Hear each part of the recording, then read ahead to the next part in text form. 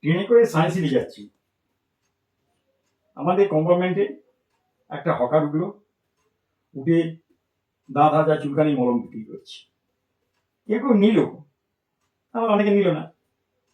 তা আমার পাশে এক ভদ্রলোক ছিল, সে বললো, দাদা আমার পিছনে নিচের পোর্শনে একটু ব্যথা ব্যথা করছে, মানে ঠিক মতো সিটে মানে বসে আছি, ভালোভাবে বুঝতে পারছি না, তা আপনার কাছে কি কিছু আছে? হকারটা বললো, একটা কাজ করতে পারবেন? বললো, কি? বললো, আপনার বাড়ির আশেপাশে বিচির পাতা গাছ আছে?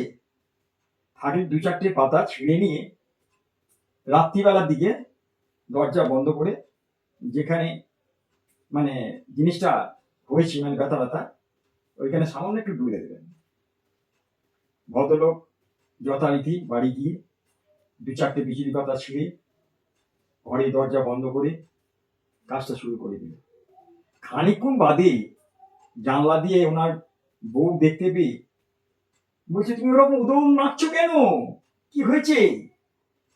তখন ভদ্রলোক বলছে, বুঝবে না বুঝবে না, তুমি যাও, আমাকে একটু আরাম করে চুল করতে দাও। কি আরাম!